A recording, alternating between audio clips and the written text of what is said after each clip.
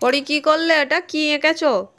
ওইটা এখানে একটা কলসি গেছে, কলসি ভিতরে জল আছে, যেগুলো নুড়ি পাথর, তার খুব জল তেষ্টা পেয়েছে।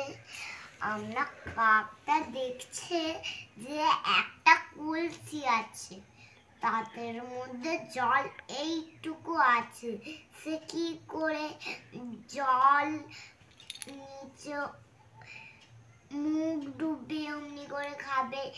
তারপরে দেখলো এই নুড়ি পাথরগুলো আছে, নুড়িগুলো একটা একটা করে ভিতরের মধ্যে ঠুকিয়ে তারপরে জলটা উঠে আসলো, তারপরে কাক খেয়ে চলে গেল। তুমি এটা কি করে জানলে? ফোনে গল্প দেখেছি। কার্টুনে দেখেছিলে? হ্যাঁ। কাকটার বুদ্ধি আছে বলো? হ্যাঁ। নাহলে কাক তো জলই খেতে পারতো না। না।